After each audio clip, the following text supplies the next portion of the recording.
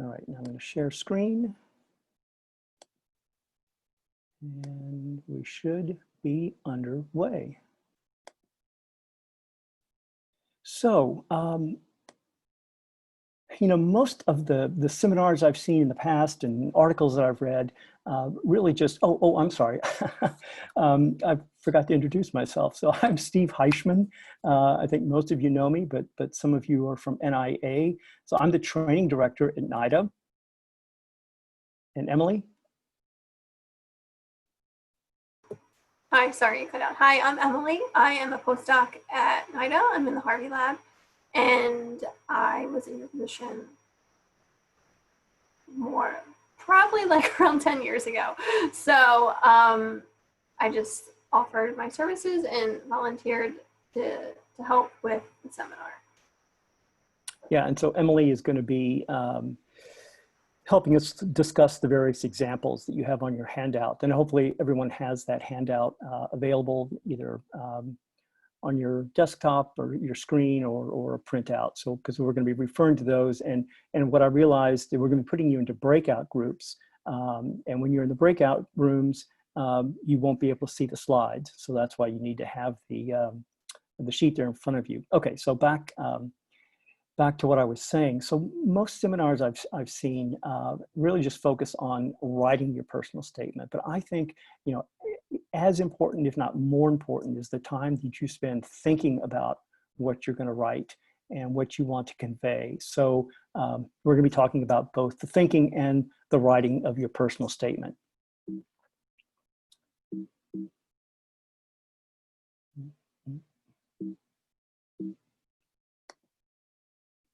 So I can't, Thomas, I can't operate the slides with the arrows on my laptop. So it looks like it just. Or do I have to do it down here? Okay, I can do it down here. All right. All right. Sorry. You know, once we get this technology worked out, then they're all geniuses, right?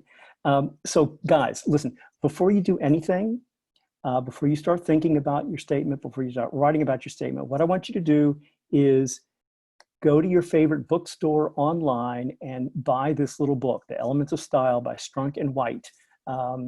I don't know if you can, I guess you can see me now, so I'm holding it up. It's just a very thin book. It's only like 85 pages.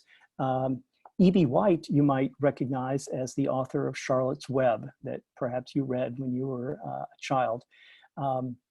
This is just a great little book chock full of information about grammar and style. It's less than $10 on that big store that starts with an A. I can't say what it is. But we also have some copies in OECD library, but you know, who knows when everybody's going to get back to borrow those. Anyway, you're going to want one of these to hang on for the rest of your life. Believe me, you will appreciate having bought it. So go buy one of those. Okay, let's begin by thinking about your personal statement. So the first thing to think about is, you know, what is a personal statement? Well, it's your unique story. It's your, you know, unique narrative. It's a chance to sell yourself. I read somewhere where, and I like this, it's an opportunity to add some three-dimensionality to your GRE score and your GPA. So it's a chance to, you know, let them know something about you. I want to just say a word about this before we go any further. Some graduate programs will ask you for a separate personal statement and a research statement. Most, I think, will not, but some might. And so if you wind up having to write both a personal statement and a research statement, I think the thing to keep in mind is that both of these statements, you know, focus on your accomplishments and why you want to go to grad school, why you're ready for grad school. But the personal statement in this case focuses more, I think, on your personal accomplishments, your traits, your characteristics. You know, what is it about you that makes you ready and a good fit for a graduate program? Then the research statement focuses more on your research accomplishments, your academic accomplishments, and why that makes you a good fit. So I don't want to go into much more depth at this point. If you wind up applying to a program that asks for both personal and a research statement, get in touch with me and we can talk more about it. But if they just ask you for a personal statement or a research statement, then you can just follow the guidelines that we're going to cover today. So here's the question that I want everyone to use, the raise hands. So which of these questions do you think you should be answering in your personal statement? So how many think that you should mainly be focusing on that first statement? Why do I want to go to grad school? Just hit your raise hand.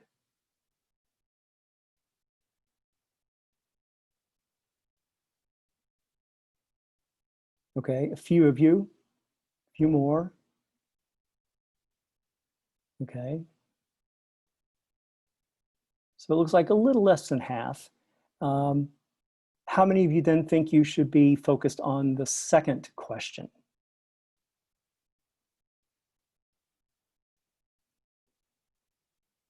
Okay, it looks like more of you do. Good. It's kind of a trick question because really you want to answer both of these questions, but I think you really want to focus primarily on the second question. You know, the answer to why you want to go to grad school, that's kind of more of a forward-looking question, a vision sort of question. And yeah, you want to touch on that, and I'll say when, where in your statement you should focus on that. But programs want to know about you right now. You know, what have you accomplished up to this point? Why are you ready for grad school? They're not so much worried about your vision 10 years down the road. So I think the second question is what you really want to focus on. And we'll talk more about that as we go through. So why should a program accept you then? So these are my 3 A's, and abilities, attributes, and accomplishments. They're in red because throughout the presentation, I'm going to be referring to these and I will make them in red. They will be in red so you can sort of see how they fit into your completed statement, okay? So let's talk about each of these in turn. So what are your abilities? So now this is where I want you to unmute yourself and shout out an answer. I'll get you started. One ability is your problem-solving skills. What are some others? Communication skills. Okay, good. Come on, guys. Organization. Organizational skills. Resiliency. Good. Well, resiliency is, I think that's kind of more of an attribute. We'll talk about the attributes in just a little bit. But what are some other skills that you have gained, say, during your time here as a postbac? Learned Python. Okay. Critical reasoning. Critical reasoning, critical thinking skills, analytical skills. Right. So, you know, here's my list: critical analytical thinking, the ability to synthesize material, read the literature, time management skills, organizational skills, somebody mentioned, communication skills is a critical one. So these are your abilities, okay? Attributes, somebody mentioned resiliency. I think that would fit here. Being self-motivated. What are some others? Shout them out. What are your personal characteristics? What are your personal traits that you think is going to make for a successful graduate career? Hardworking. Say it again.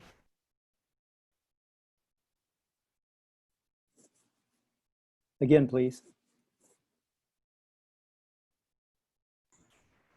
Hardworking. Hardworking. Curiosity. Good. Curiosity.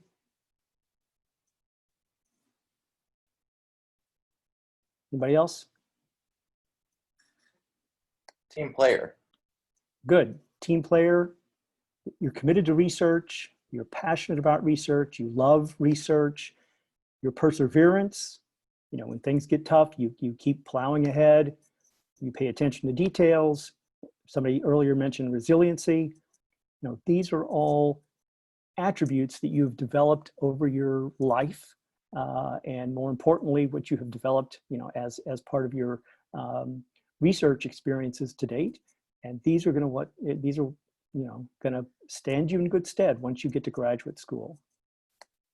So last one is accomplishments. And this one's kind of easy, right? So these are all the research experiences you've had, both as an undergrad as well as now as a postdoc. The presentations that you've made, either poster presentations or you know, data presentations in lab meetings, any publications that you've been able to get so far, co-authorship, any awards or honors that you've received, leadership experience that you've gained through clubs in college or here at NIH. So these are your accomplishments, okay? So those are the 3 A's. So how do you get started thinking? You know, we're not doing any writing yet, we're still just thinking. What I want you to do is, if you're a fan of index cards, I'm not, but if you like index cards, go out and buy yourself a pack of the largest index cards you can find. You know, 4x6 is too small, so get the really big ones. I much prefer just to get a pad of paper, like an 8.5 by 11 pad of paper. And what you're going to be doing is using all of those note cards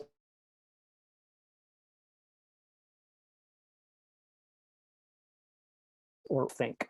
So the first thing is you want to get a list of those 3 A's that we just talked about for you. And if you have trouble coming up with those 3 A's, and you know, I think a lot of times people have trouble getting started on a personal statement, because what you really have to do is kind of toot your own horn. And for a lot of us, that's not easy to do. So you might want to go to a family member, a sibling, or a good friend, or somebody in your lab, and ask them this question: how would you describe me in 5 words? And see what they say. And that would be a good start to coming up with a list of those 3 A's. On another index card, another sheet of paper, take some notes, jot some notes. How did you get interested in neuroscience or cell biology or whatever it is? You know, what led you into that field? Jotting down notes at this point.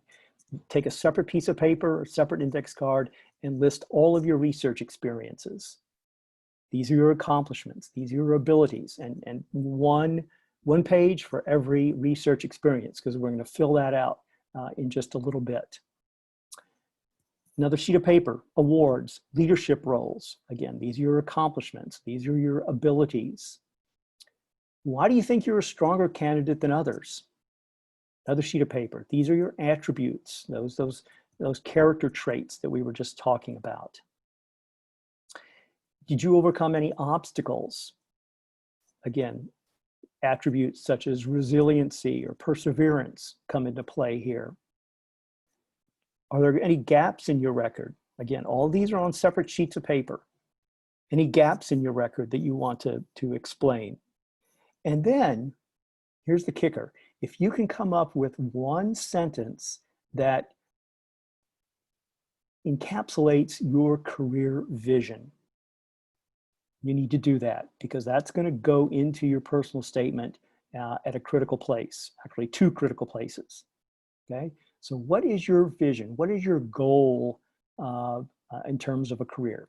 So, you know, you've got at the end of this, you've got tons of notes that you've taken on all of these individual sheets of paper.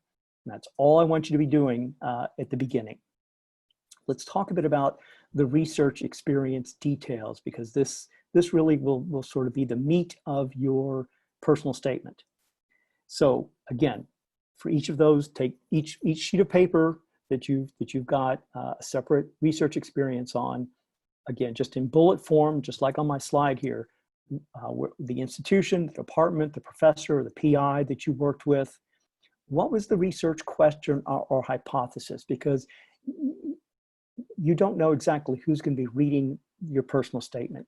You want to give them some context within which your experiment is placed. So start broad and then come down to your specific, you know, like that inverted triangle that you've probably heard about. So start broad, the large question, and then you narrow it down to your experiment. And just briefly, you want to mention the experimental design, any results that you have, if you do have results. It's good to include some, but you know, check with your professor, your PI. Some PIs don't want information discussed until a publication is out. What was the significance of your findings or the significance of your experiment? What are some of the logical next steps? Did your experience result in a poster presentation or a publication? Or are you currently writing up a manuscript? And what did you gain? What did you learn? These are the abilities that we were talking about a minute ago. Your ability to synthesize, your ability to think critically, your ability to organize. What abilities did you gain from that particular research experience? So you do this for each of the research experiences you've had. Again, you're not writing, you're just taking notes. But gosh, when you fill out a full piece of paper with all of this information, as I said, that really is the meat of your research or your personal statement. It's important to pay attention to the prompts that you get. So some research programs, graduate programs, will simply say, submit a personal statement, or submit a research statement, or submit a statement of purpose or statement of interest. If that's all they do, then just follow the guidelines that we're discussing here today and you'll be in great shape. Some, though, are going to be a little more involved. So here's one. Please describe your aptitude and motivation for study in your field of specialization, including your preparation for this field of study, your academic plans or research interests in your chosen area of study, and your career goals. Please be specific about why our program would be a good intellectual fit for you. So if you get a little more detailed prompt, which I think most people and most programs are doing these days, what you want to do is to sit down and carefully figure out what they're asking and make sure that you answer what they're asking. So in this one, I think there are three things that they are asking you to specifically talk about. Anybody come up with one? One's motivation for studying in a particular field. Aptitude and motivation, right. What's another one? Anybody? Your plans and goals. Yep. Your academic plans, your research interests. And what's the last one? Why their program specifically? Why you would be a good fit for that, for their program, exactly. So these are the three things that they're asking you to focus on in your statement. Make sure you do. It's critically important that you answer those prompts, okay? Here's a little more involved. And these are actual statements, by the way. Your statement is intended to give you the opportunity to submit a tailored narrative which will describe your education, experience, and professional career objectives. Include your interest in the degree or training program to which you are applying. It's important to address the evolution of your professional interest in public health. Explain, or it could be anything. Explain how studying in the program you have selected will prepare you to make positive, constructive contributions to your chosen area of work. Again, I think there are three things here. What's one of them? Anybody?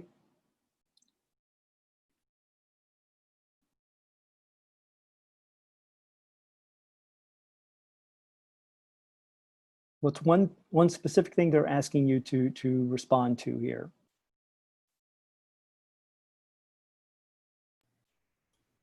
kind of Um, tell the story of your career arc and what's brought you to their program? Okay. Okay. So in that first sentence, they're asking you to talk about your education experience and professional career objectives. What else are they asking you to talk about?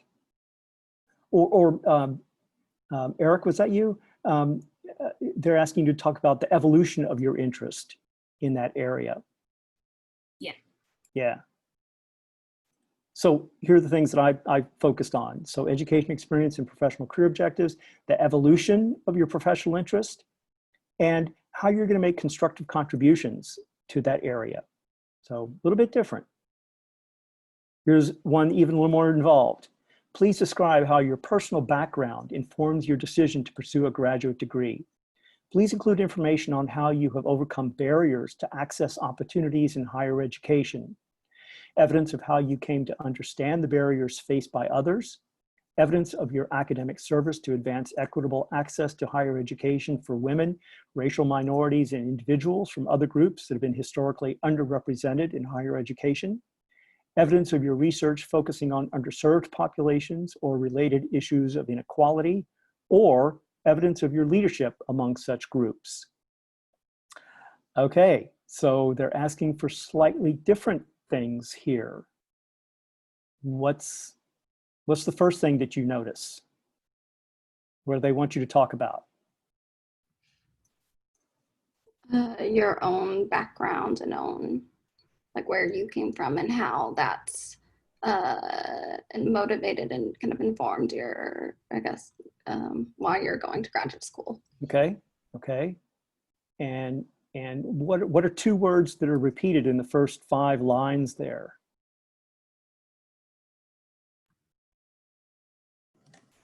Barriers. Barriers.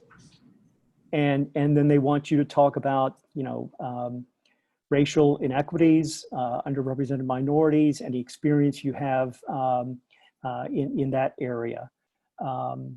So again, you need to focus on what they're asking, and we're going to actually be talking about a good paragraph on diversity a little bit later on that you might be able to follow or use sort of as a template. So always important to answer the prompt and to take time to think about what exactly they're asking. Another thing to think about, still thinking, who is your audience? Well, they're the faculty in the department that you're applying to. And it's important to remember that they are going to be reading many, many statements, you know, maybe hundreds of statements. So what does that suggest that you need to do? Well, one thing it suggests is you need to make your statement unique. Make it stand out from the crowd. Okay? Make it as polished as you can. They want to find out when they're reading your statement, are you a good fit for this program? Are you likely to succeed? They don't want to admit people who they think are going to drop out after a couple of years. Okay? Do you have the stuff that it takes to succeed? Again, attributes, right? Perseverance, resilience, all those things. They want to know if you can write good, I mean, write well. So these are important things to keep in mind in terms of who your audience is. You always need to know who you're writing for or who you're speaking to if you're giving an oral presentation, for example. So I'm going to pause just for a second. I don't want to take questions, but I want to give you a chance to jot down some questions in the chat function before we move into the second part and consider some examples of paragraphs. So go ahead and take a minute if you want to write a question into the chat function.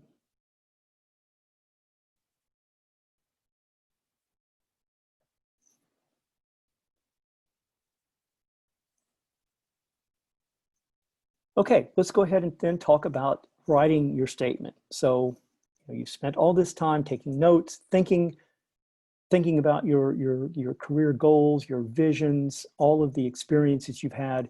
Now it's time to sit down and write. keep going to the key on my laptop. So this is how you do it. You sit down at the keyboard and you put one word after another until it's done. It's that easy and it's that hard. So whenever I've got a difficult task in front of me, it becomes so much easier if I have a structure that I can follow. And that's what I want to give you all this afternoon. A structure that will help you guide your writing of your statement. Hey, Steve, real quick. We did have one question in the chat function. I don't know if you come back to that. Is it a quick question? Yeah, so I can't access the chat function, I don't think. It says, I have been in 5 labs. How do I best choose which ones to discuss in a statement? I'd say that again. So the question is, I have been in 5 labs. How do I best choose which ones to discuss in a statement? I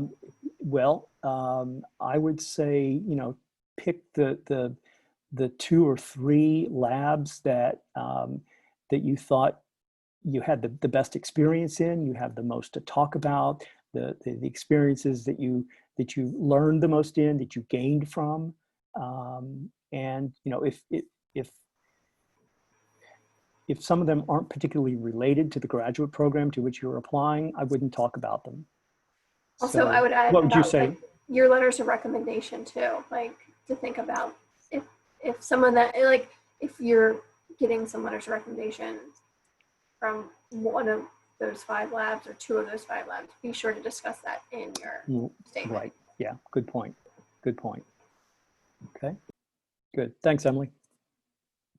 So the structure.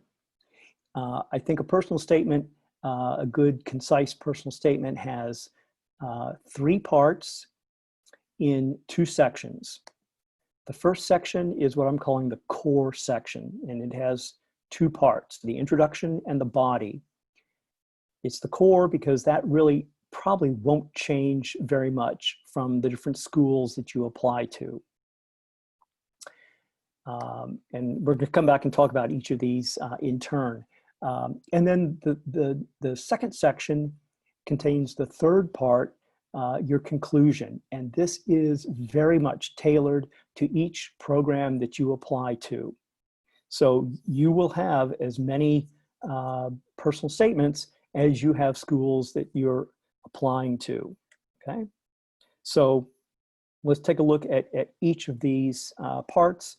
And as we do so, we're gonna stop and look at some sample paragraphs for each of these parts. Sorry, I keep going to my laptop keys.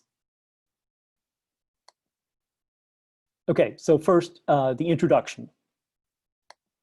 I think it's best to have just one paragraph, somewhere around 4 to 6 sentences. You don't want it too long. You don't want it too short. It's the first impression that they're going to have of you. It may be the only part of your personal statement that they read carefully.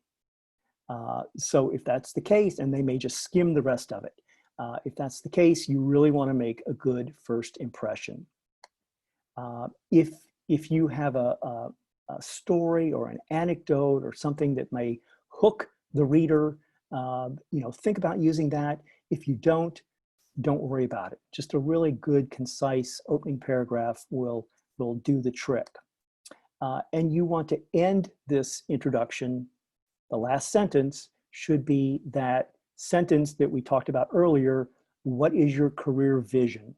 What is your career goal? This is the answer to the question, why do I want to go to grad school? And you should be able to answer that in 1, maybe 2 sentences. Basically, what do you want to do with this PhD?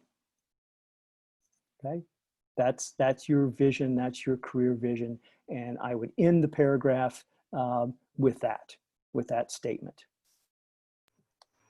Hey, Steve. Okay. Yeah. Real quick, we had another question in the chat. I don't know if you want to address that right now. Let me hold off, and once we get into the breakout rooms, I should be able to see the chat function. Okay. Rather than take time to do it now. Okay. Yep. Just wanted to let you know. Yeah, thanks. So we're going to go, and Emily's going to start leading a discussion about these sample paragraphs that you have there in front of you. Here's the first one. But what we're going to do is put you into breakout rooms. But Emily, you want to sort of set the stage? Yeah, sure. So guys, when you get into your breakout rooms, you'll have about 5 minutes. The first time you're going to have about, the first round, you'll have about 6 minutes. And before you delve into the paragraph, just assign somebody to be the spokesperson, because we're going to reconvene after the 5 minutes is up, and we're going to discuss what you think can be edited or altered to make this a more concise paragraph to address the points that we just talked about in the previous slide. So you'll have a few minutes to discuss in your group, and then we'll reconvene, and then we'll talk as a larger group. Okay, so I have stopped sharing. So we have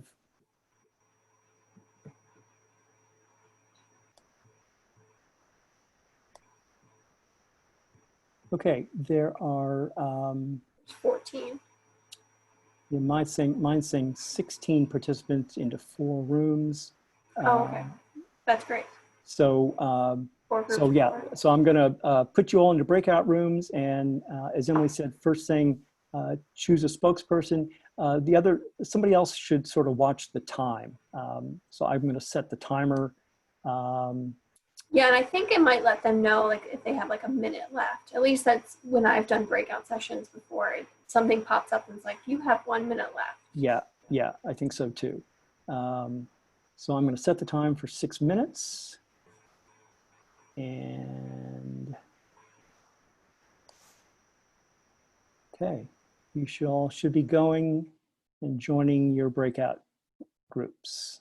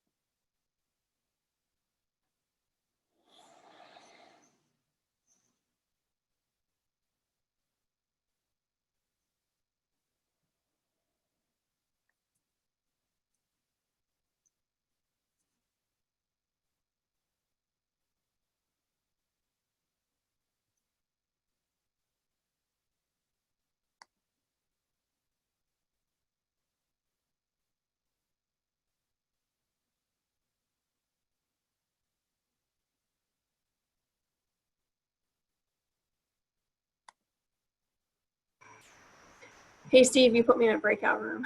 It just did, yeah. That's fine. I didn't realize I was in a breakout room, so I was like writing an email, and they were like, "Are you gonna start talking?" And I was like, "I didn't see that I was in," because I didn't have like the tiles, and I was like, "Oh, I'm not supposed to be in here. You guys talk." Yeah. Do you know how you? So there's a couple of questions, as you can see in the chat room. How do you respond to like each one and have your answer go like right after that question?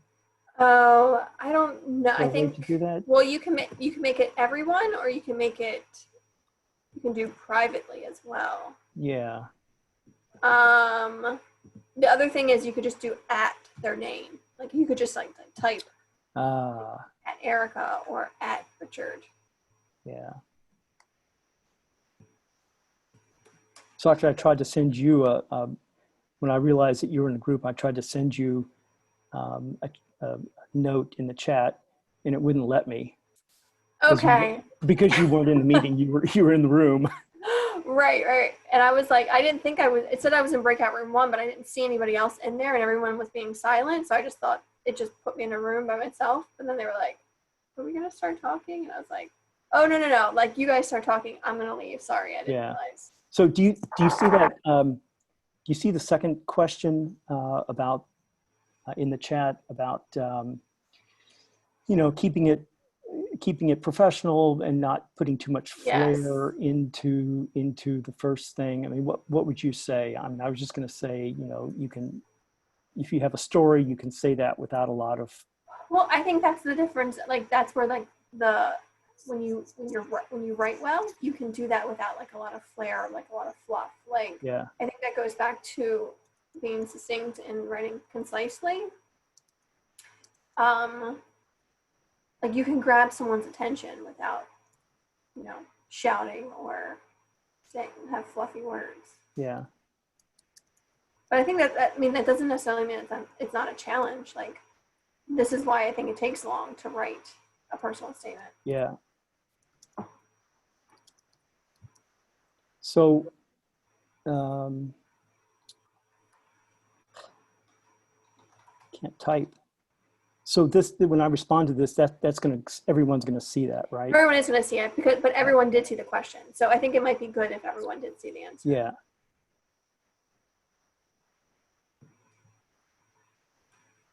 Yes, if you know who the person is, you can respond privately to them, or you can reply to all. Well, my question was earlier, how can I get the answer to go, right underneath that person's question?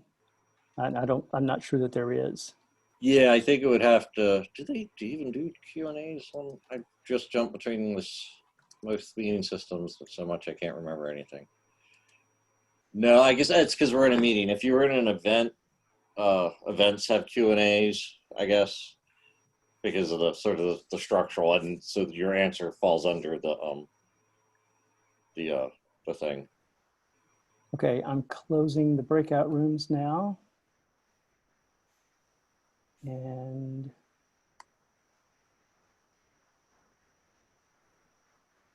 hey everybody, you're back. Sorry guys for the group that I got put in. So Thomas, should they go back and hide themselves again? Well, all they have to do is just turn the video off. That setting stays, okay. Until they turn that setting off. Okay. Okay, so do we have 4 groups? Is that correct? We did have 4 groups. Okay. Yeah. So let me get back to so go ahead and everyone and turn your video off. I will reshare my screen.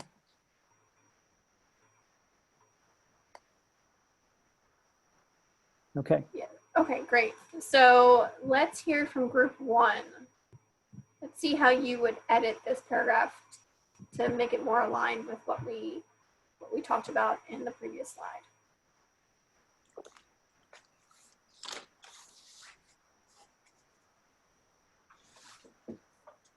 Group 1, who is your spokesperson?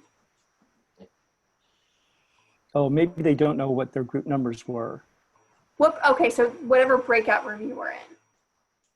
So breakout room 1. I happen to be in breakout room 1. So whoever was in the group that I left, can someone please speak up? Were the rooms identified with a number? So I wasn't that. They were.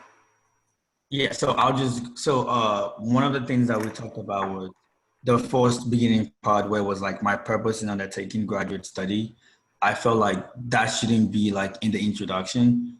It should sort of like talk about like why you sort of like interested in like the major or like whatever degree itself, and like a little bit about like yourself, rather than like talking why you're like wanting to go to that program. One other thing that somebody else mentioned was that the sentence about the having a long held interest in mental illness that began during medical school, and the stuff about the summer internship at Northgate Clinic could sort of like be combined together. I don't specifically remember what they said it was. One other thing was also the sentence where I said, I grew to care deeply about the things I work with every day. I was saddened to leave the clinic at the end of the summer. Was something else that could be changed.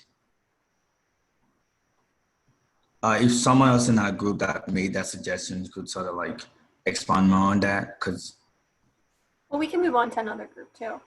But if anyone in group one, there's a few seconds.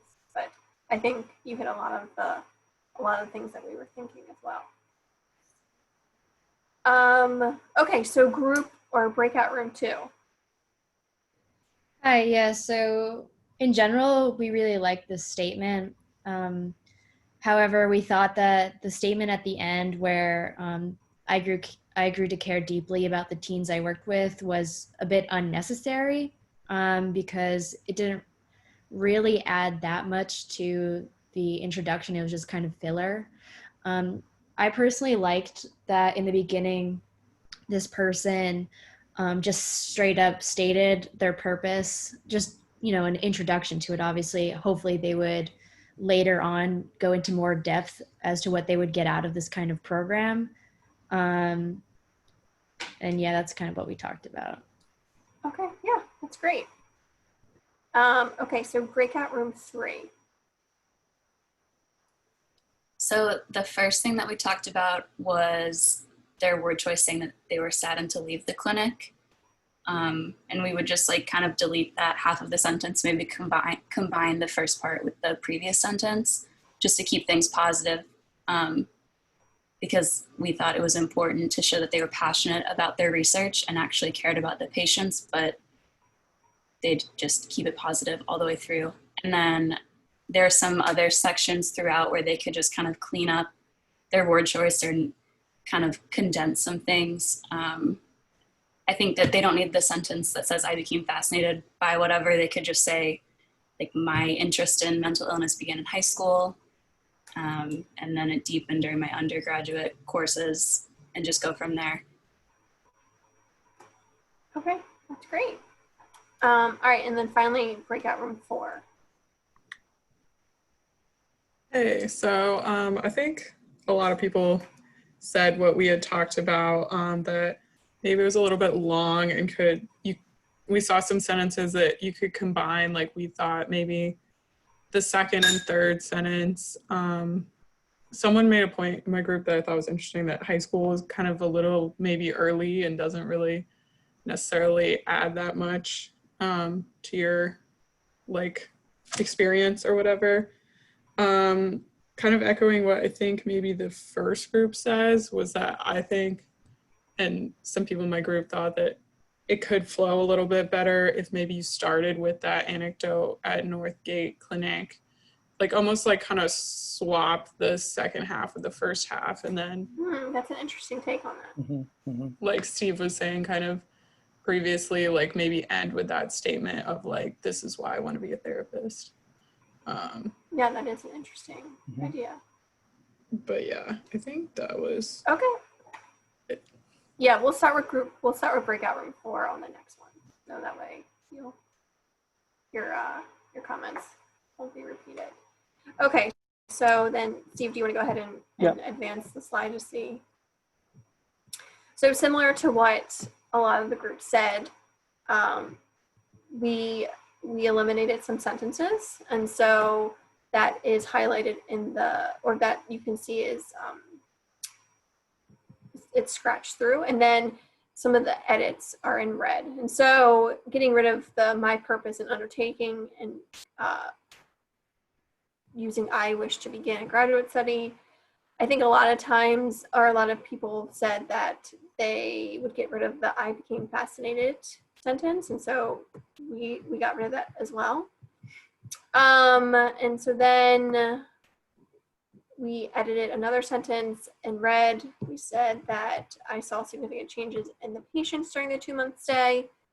And like a lot of people said, and within the groups, to get rid of the sentence, I grew to deeply care about the teens I worked with. And then ending with, I decided that a career spent working with children and adolescents living with mental illness would be worthwhile and personally rewarding. And so you can see that we got rid of quite a bit of words and made it a little bit more concise and well written. Oh yeah, so is that, okay, yeah, we got it down to 114 words. Okay. Okay. Do you want to go on to group? So we thought that we wouldn't do a breakout session for this one, right, Steve? Right. Okay. So this one is currently at 117 words. And so it starts with taking apart electronic devices, mixing together chemicals, building contraptions of various kinds. The possibilities are endless. These experiences helped to define much of my childhood. As I grew older, my curiosity branched out into research in the fields of biological and computer science engineering. With this growing network of diverging interests, it has been a challenge to find convergence and a common goal. Several research experiences and software web development projects over the years have led me to pursue a bachelor's degree in biomedical engineering and a minor in computer science at the University of Buffalo. 2 key experiences soon followed after my arrival at the university that helped in finding the convergence and defining my long-term professional goals. Okay, so we can just, if anyone wants to speak up and say what they would change about this, what they would edit, what they would get rid of. Or your just general thoughts about it, you know, good, bad, fabulous, terrible. I didn't really like it. Why? Go ahead.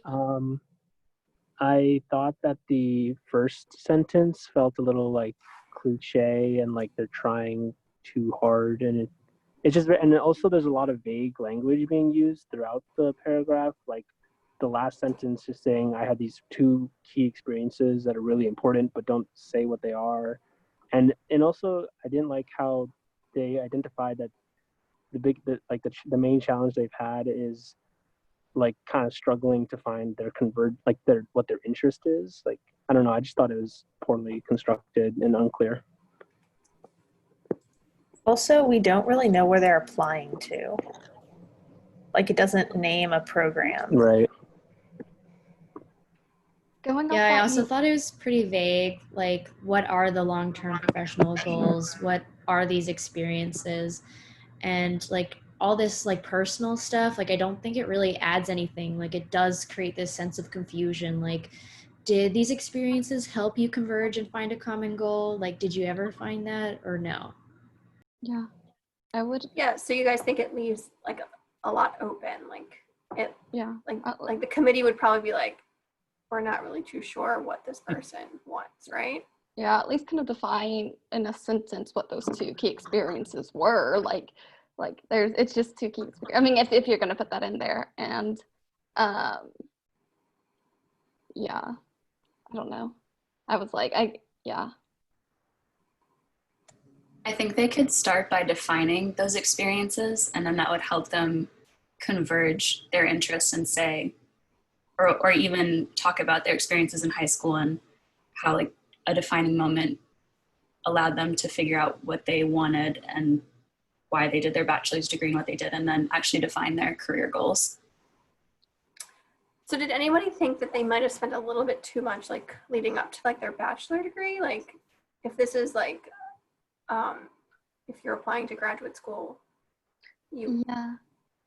It just seemed like a lot of sentences were spent or used towards that.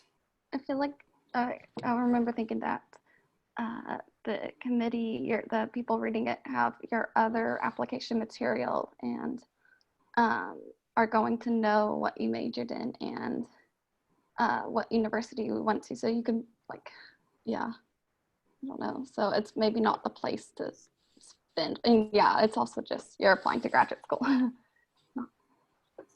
I mean, I like when people like talk about how their interest in whatever they're studying like happened early on in their life. However, this is just too lengthy. Like I feel like this could be done in a much earlier, like more concise way where it's like, hey, I've always been interested in these topics and this is how it developed me as a person. So I think that's an interesting balance that as a writer you'll need to strike is to maybe perhaps tell a story, but also make it succinct and concise and have it intertwined with the rest of your statement. Okay, so do you want to go ahead and advance to the edits? I don't think we had any edits on this. Oh, one. that's right. It was That's just- right. Yeah. Yeah. Yep. So yeah. So you know, my bottom line here is that you know, were this the opening paragraph of a statement that I was reading, you know, I'm not real thrilled about reading the rest of his statement. It doesn't grab me. It's you know, like what everyone has said. It's just not it's not real well written. It's not specific. You know, you just kind of feels amorphous as opposed to you know, a good concrete statement. So, and this is why it takes a long time to write a good statement, and we'll talk about a timeline a little later on. Okay, so that's the introduction. Let's move on to the body. This really, as I said earlier, is the meat of your statement. I think it's generally somewhere between 2 and 4 paragraphs, depending upon how many research experiences you had and what you want to discuss. And it's within these paragraphs, the body, that you talk about your 3 A's: abilities, attributes, and accomplishments. So each paragraph, I think it makes sense to talk about one research experience, you know, and have that be a fairly, you know, I don't want to say a lengthy paragraph, but you know, you want it to be complete. And obviously this is one of your accomplishments, each research experience.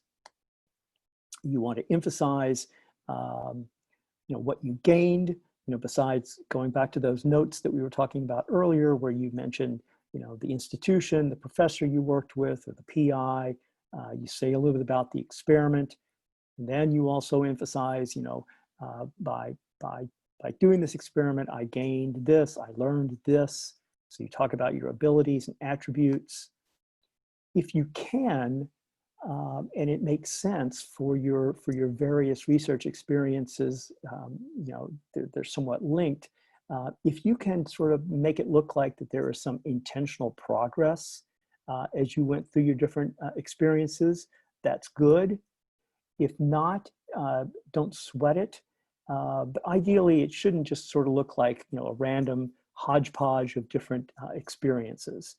So even if it's not a real careful, intentional progress, you know, try to craft it in that way. And that just sort of makes it look like you are, you know, building on each experience as you go through your undergraduate and post-bac experiences. If you took some courses, maybe some graduate school courses as an undergrad or while you were a post-bac, you might want to spend some time talking about those and why those courses are important for graduate school. You may want to take a paragraph to talk about any obstacles that you overcame or any gaps that you need to explain, like, you know, that semester that just kind of you weren't your best. That might be a place to describe that as well. So this is, as I said, the meat of of your statement. It's your research experiences. It's all of those accomplishments, abilities, and attributes. And now we're ready to look at the first sample paragraph for somebody talking about a research experience. So let Right. me, So we're going to go into breakout groups Yep. again. yep.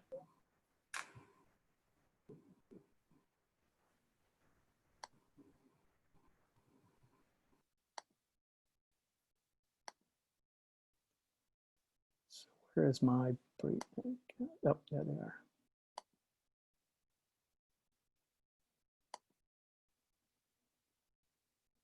Okay, everybody should be going into a room.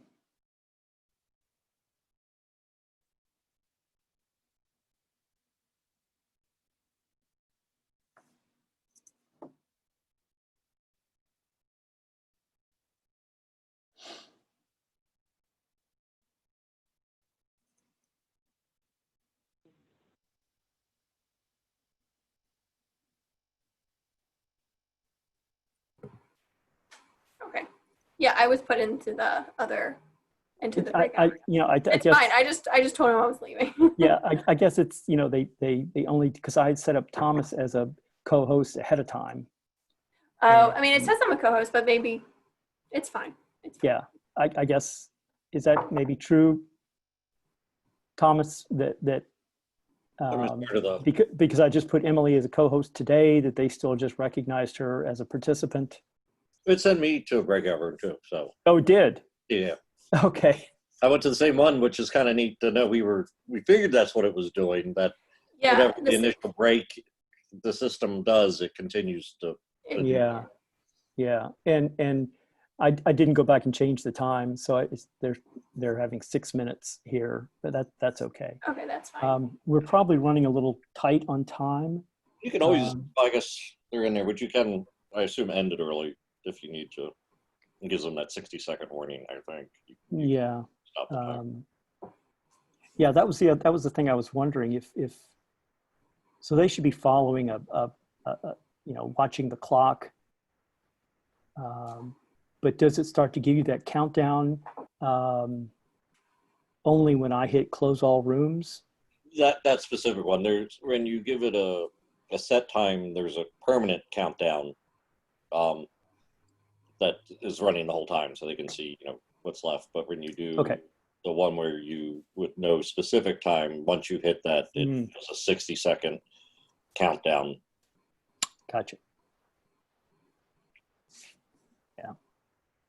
So so it's 2:05.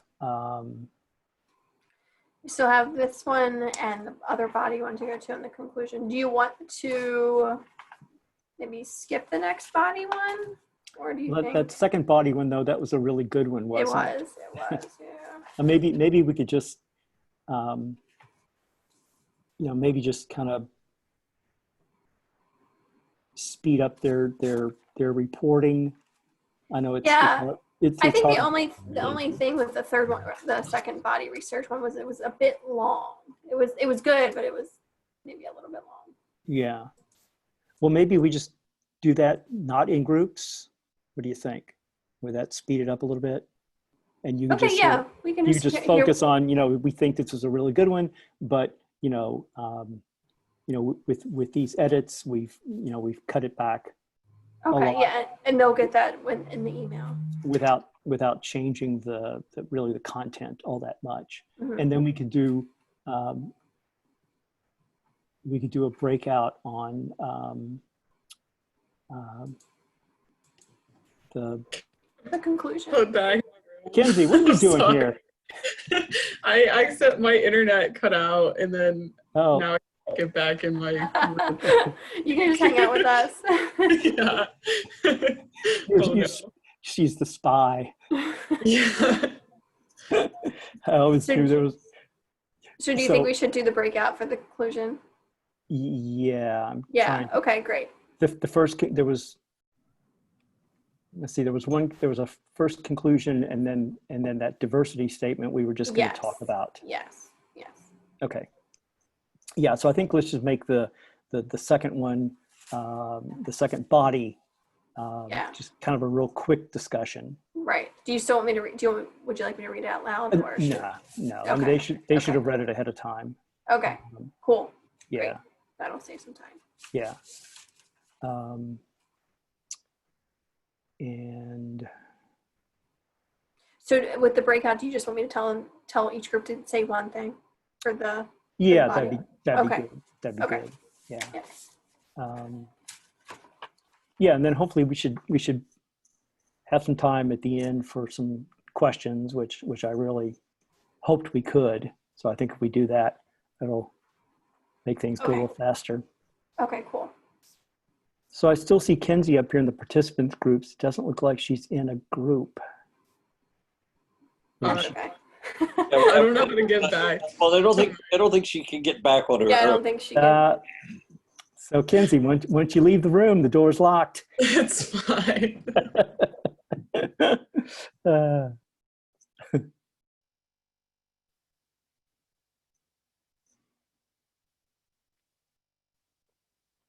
so Thomas, when this times out, then I still have to click on close all rooms. Mm-mm. No? No, they'll shut down. You know. Okay, last time I thought I had to.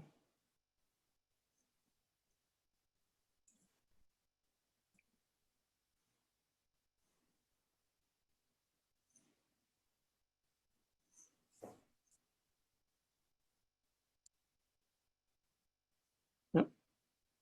Oh, it does say close now. Because there's the option I could keep the breakout rooms open, but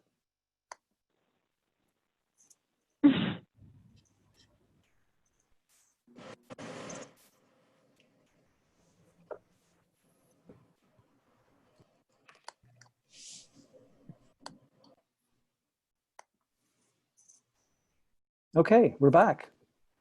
All right, so group 4. Oh, and I just want to let you guys know, for the sake of time, each group should just say one thing.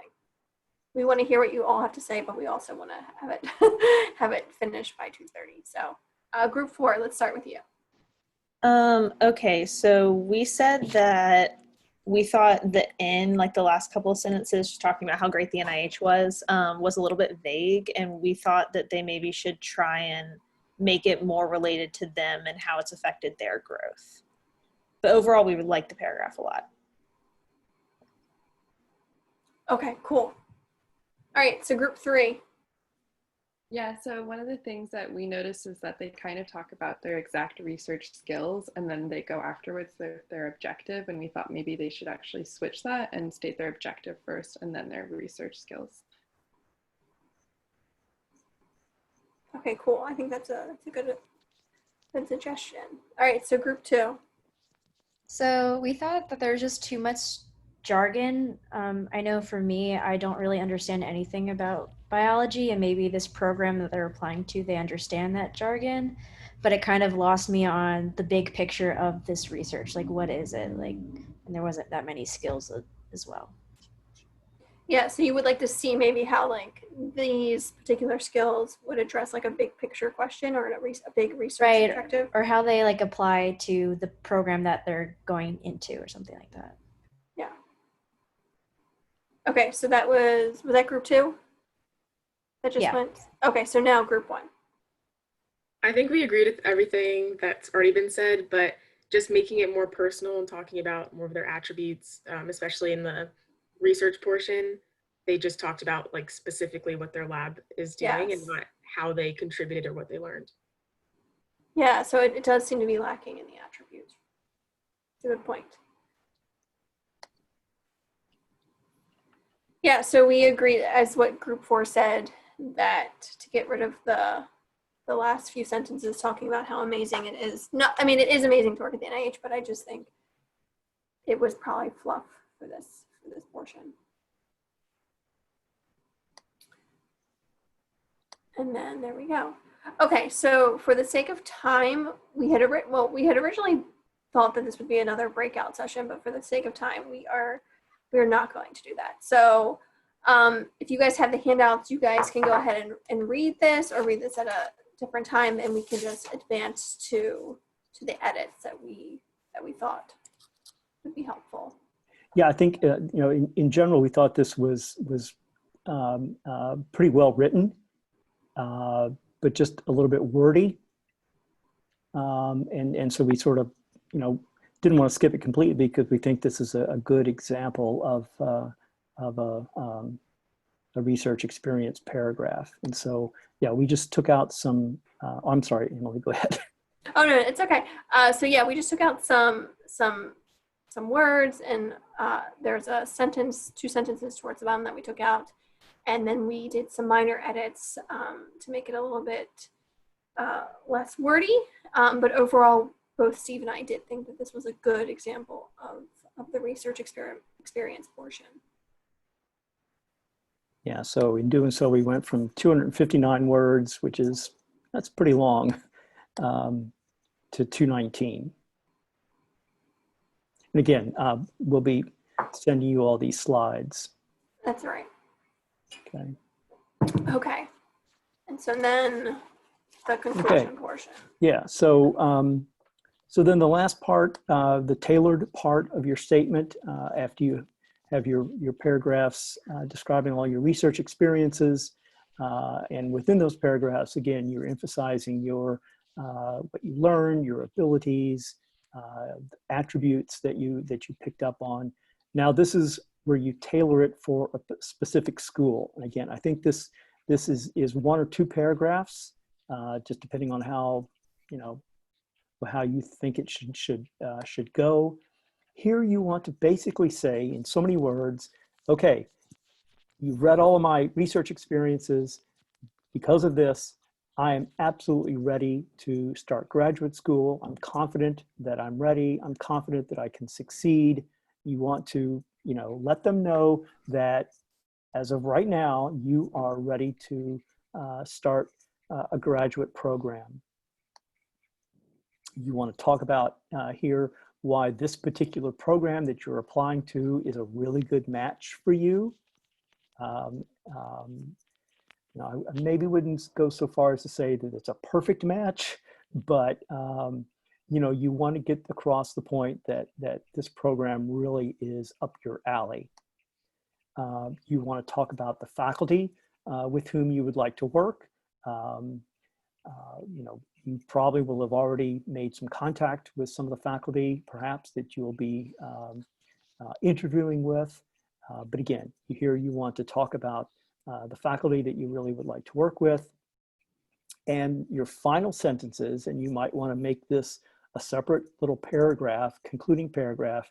Again, you go back to that last sentence or 2 of your introduction, and you just want to reiterate your career goal and your career vision. So it just nicely ties everything together in a nice arc. You started out by saying, here's my goal, here's my vision. The middle part, here's what I have done up to this point to get me ready to start moving toward my goal. And then you finish up with, again, why a PhD, getting a PhD is going to move you in that direction of your career goal. Okay, so if 1 paragraph works for you here, fine. I think probably 2 paragraphs is probably a better option. But again, that's up to you. So this is going to change for every program that you apply to. So here is one that we're going to look at in groups. Yep. So we're just going to break out in the same groups, and then we'll have 5 minutes, and then we'll reconvene, and then one person from each group will tell us their one thing that they would change.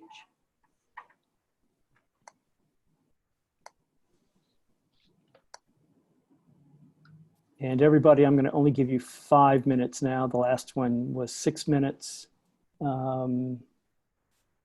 maybe even 4 minutes. So you got to talk fast.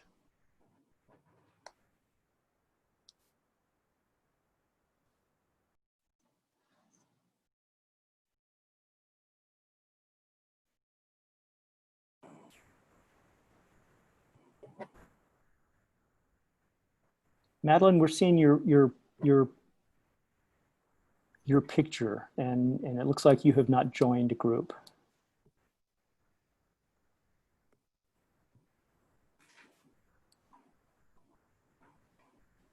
Madeline, are you hearing me? maybe she got up to I well, guess. there There she she is. goes. There she is. So this time I was going to do group 2 first, then 1, then 4, and then 3. Yeah. Switch it up a little bit.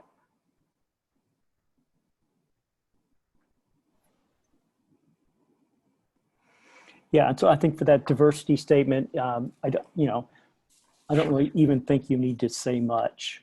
Just that this obviously was somebody who was very involved in Mm-hmm. diversity work. Not everybody is, but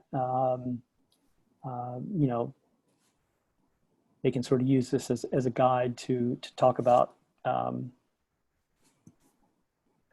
maybe things that they want to get involved with, or at least show some appreciation of diversity concerns. And do you think they should even address it even if it's not in the prompt? Probably not. Okay. I think more and more though they're asking maybe for a separate statement. Oh, okay.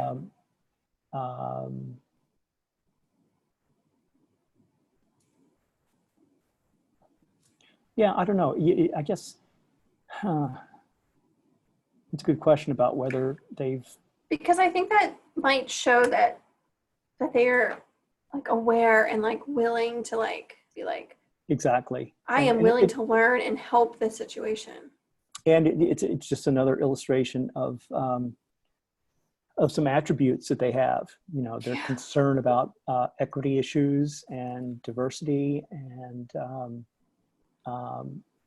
so yeah. I mean, I think especially if someone has done a fair amount of work in the area, I think it makes sense to talk about it. Okay. Even if they don't ask about it. Yeah.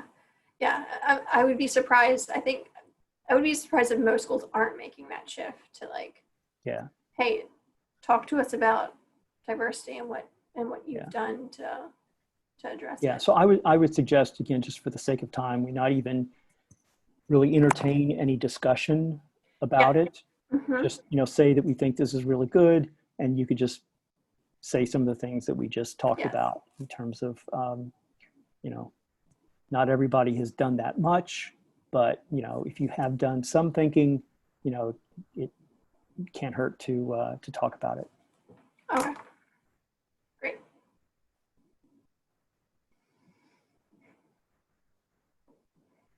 Okay, well, I think we're going to wrap up pretty good here. We've got 10 minutes. Yeah, and I think I've been following the slides on my other monitor. We have about 10 more slides. I don't have that. How many more? So we are, the conclusion one is slide 37 of 47.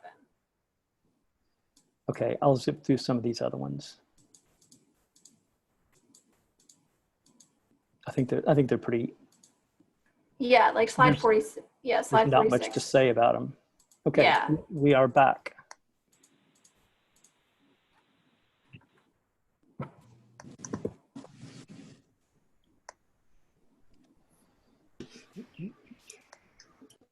Okay. All right. So group 2.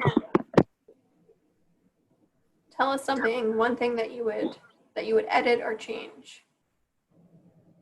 So there are a few things, but first, the first sentence just feels very odd and out of place. Maybe tying in, like re-referencing their experience in toxicology and how that applies to the molecular biology that they find fascinating would be a better start to the conclusion, because it just sounds very generic. Mm-hmm.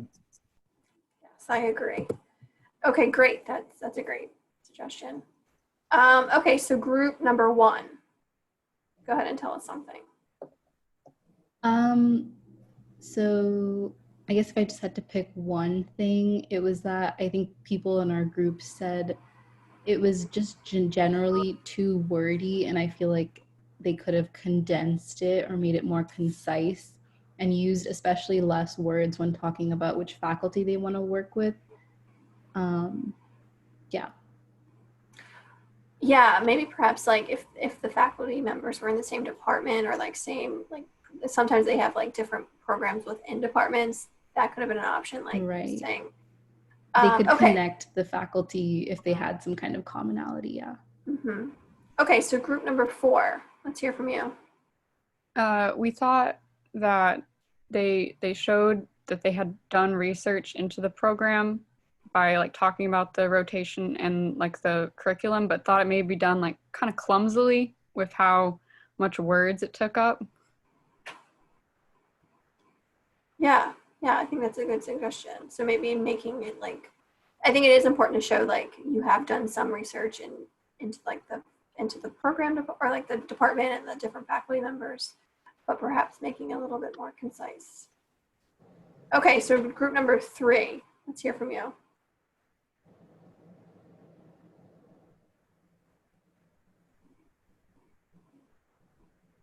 Group 3. We talked about how the end was a bit presumptuous when they say they look forward to visiting. Maybe there's a different way they could state their enthusiasm because they're not guaranteed an interview. Yeah, that's a really great point. And I think that's one of the things that Steve and I had issues with too. So that was a great pickup. Okay. So here are our edits. Yeah, so similar to what you guys were saying, the first sentence, didn't like it. Didn't like the last sentence. We did keep the faculty members, but I do think you guys bring up a valid point of perhaps making it a little bit less wordy. And so it went from, I forgot how many words were there prior, but it went to, it was 178 words, and then down to 139.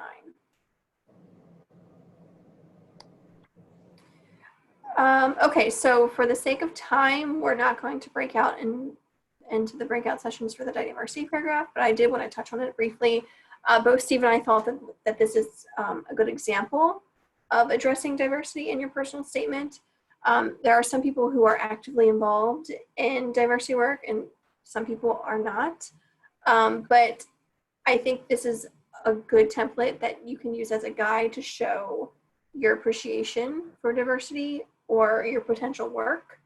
I also think it's a good place to highlight your attributes, like your concern about equity among minority groups in science and in the community. Oh no, there we go. So I did ask Steve during the breakout session if we should, if this would be something to include even if they don't ask for it. And I think we came to the conclusion that if there's enough room word-wise and if you've been actively doing this, then perhaps you should mention it. Yeah, I think it's another, excellent example of your values, of your attributes. So, I would, if you've been very much involved, I would put something in about that. Okay. So I said earlier, we're going to talk about a timeline. We've got 5 minutes left. I want, I'd hoped we could have some extra time for questions and so forth, but your timeline. Okay.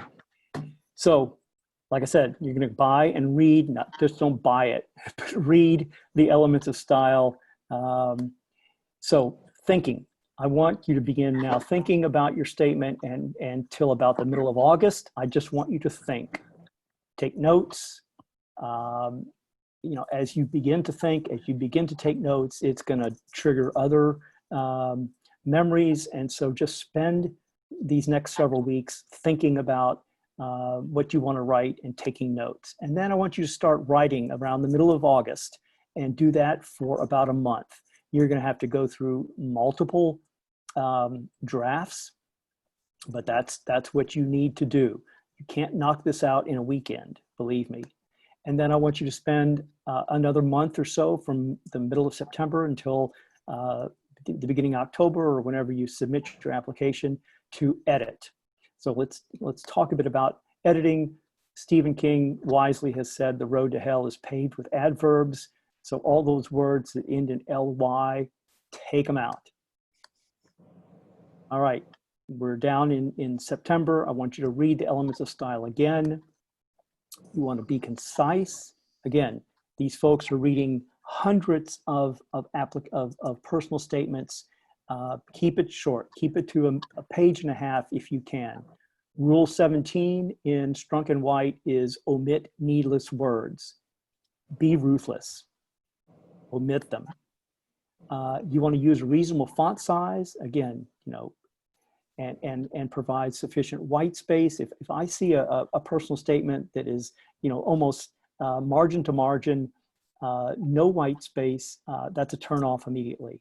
So inch margin, top, bottom, left, and right, at least 11-point font size, 11 or 12, and make a carriage return in between your paragraphs.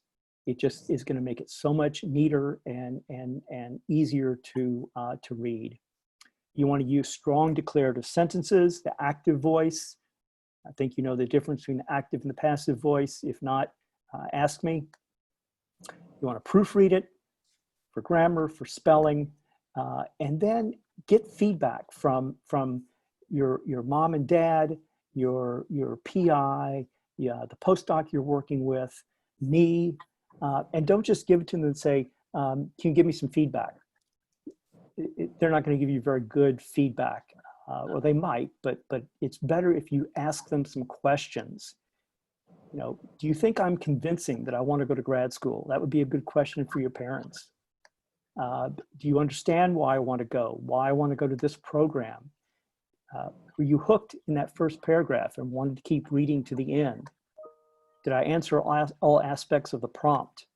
Were the research explanations understandable to a non-expert? Did I emphasize my abilities and my attributes? Is it well organized? Does it flow? Or do I have good transitions between my paragraphs? So if you ask these questions, you're going to get much more useful information to help you edit and polish your personal statement. So here's some things that I do not want you to do. We've got a minute left. I can go through these. Don't criticize other programs or past professors. Don't talk about politics or religion. Don't make up experiences that you haven't actually had. Don't beg, borrow, or steal somebody else's words. Don't use sexist, racist, or flowery language. Keep it professional. Don't use abbreviations that aren't well known. DNA is fine, but probably not PFC. And for heaven's sakes, don't mix up your statement versions. Don't send the wrong statement to the wrong school. So make sure you've labeled every version, every draft very carefully.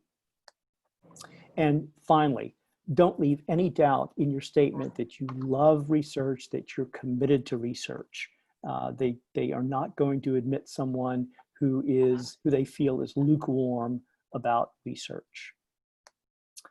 And so Mark Twain has said, you know, writing's really easy, just cross out the wrong words. So with that, we're done. I'm sorry. If some of you want to stick around for another minute or two and ask a question, I can do that. Otherwise, if you have any questions, just send them to me, send them to Emily, or both of us, and we will get back to you with answers.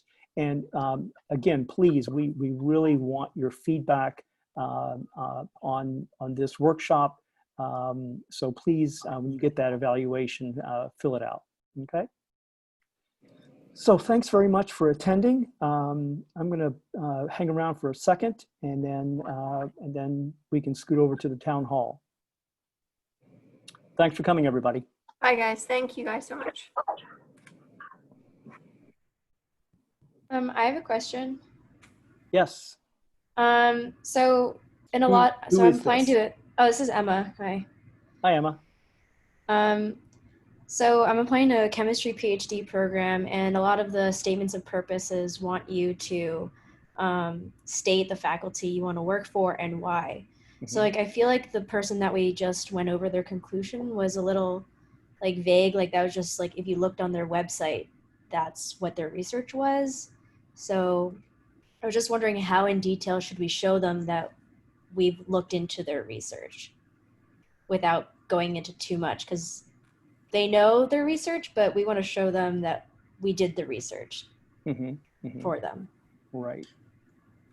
Emily, you have some thoughts about that? Yeah, so maybe, so I think I would have to think about this a little bit more, but just like off the top of my head, maybe think how you can intertwine your experiences and what you can bring to the table with what they have to offer. I think that is a good idea. Maybe read some of their papers, their their recent publications. Like, don't just like look at the synopsis on the department webpage. Just dig a little bit deeper and like find something that maybe that is interesting to you and that will help your career, but isn't quite listed on the departmental webpage. Like,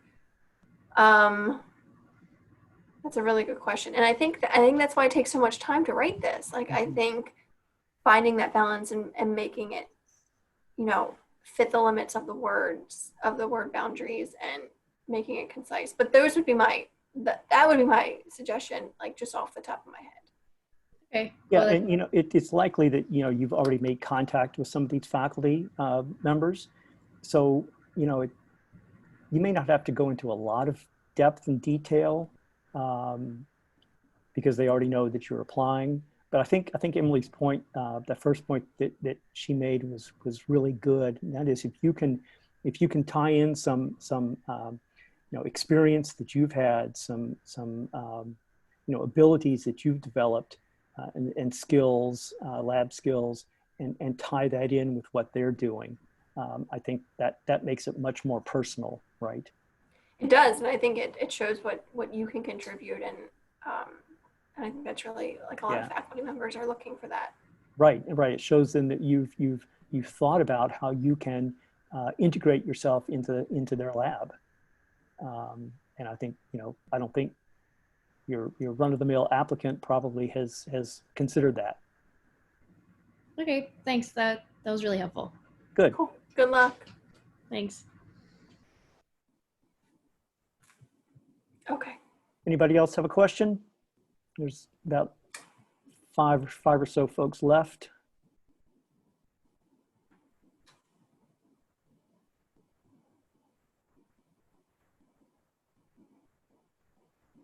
Okay, that might be it. All right, I think we're done.